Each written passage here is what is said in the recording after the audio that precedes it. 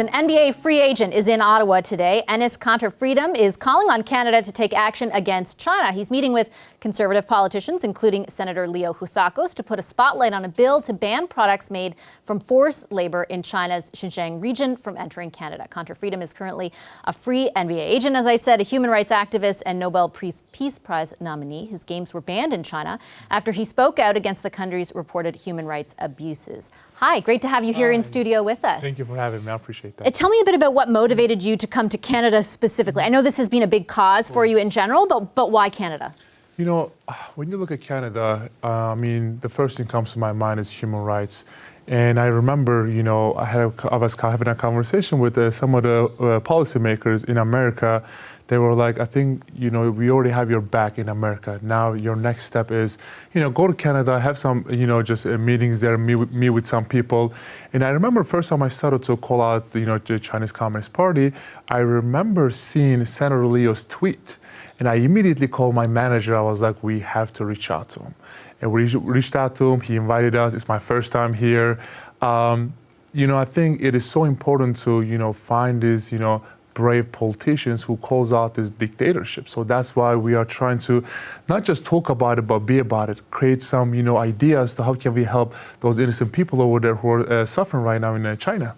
I know a lot of people know who you are, certainly. They'll be well acquainted with China's treatment of the Uyghurs. We covered a lot on this program, but they might not understand what the connection is. What has motivated you more largely? Can you explain just briefly, like the backstory? How did you become politically active in this space? So the last 8 years, I was talking about the problems were happening in my home country, Turkey. Unfortunately, there is no freedom of speech, religion expression, there is no human rights or democracy. So, you know, while I was talking, I remember last summer I was doing a basketball camp with kids, and after the basketball camp, all the kids lined up and they were taking pictures.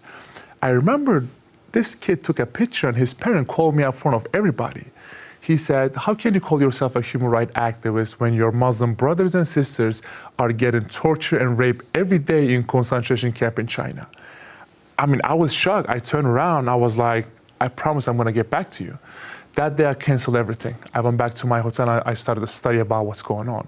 And not just you know, Uyghur people, but you see Tibetans and Hong Kongers and Taiwanese people and Mongolian people.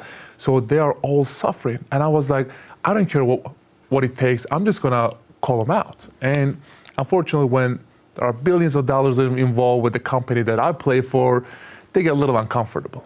Have you felt that that has had ramifications on your career? And I say that only because I know the NBA has denied that. Various teams have said, you know, you're not a free agent because of your political views. What is your perspective? I remember first time I started to talk about these issues in China and started to call out companies like Nike. My teammates told me, this is your last year. You're not gonna get another contract after this.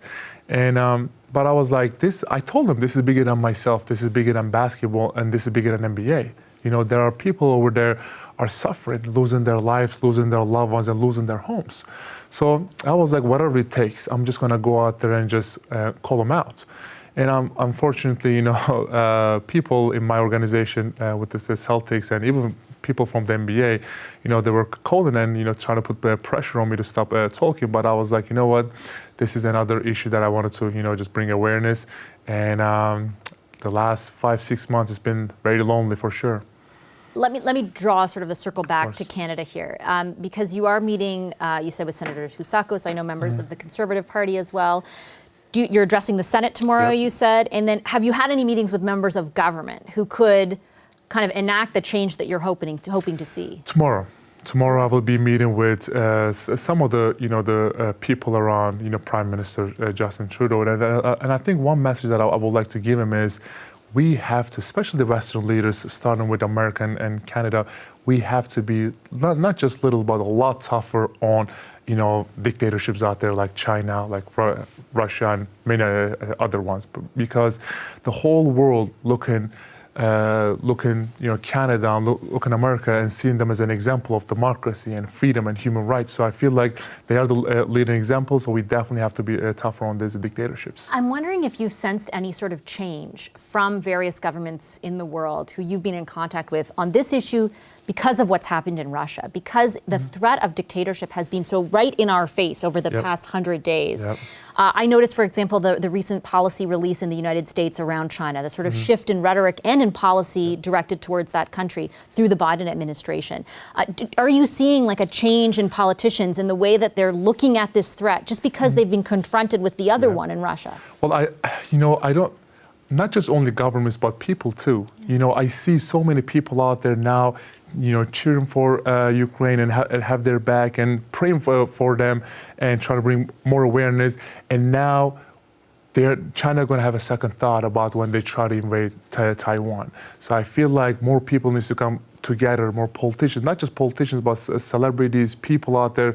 Just, you have a platform or not, it doesn't matter. But we have to, stand for the innocent people of Ukraine. And that is going to set an example of if China ever try to invade Taiwan. So just one thing that I feel like we need to stand for right thing, whatever it takes, for whatever it takes. Frequently throughout history, especially recent history, the tightrope walk that politicians of all stripes from many countries have had to dance around is the economic interest. And you referred to it even with the NBA, right? You've seen it through private economic interests. There's, governments have big dealings. We export many products to China. We import products. So does the United States.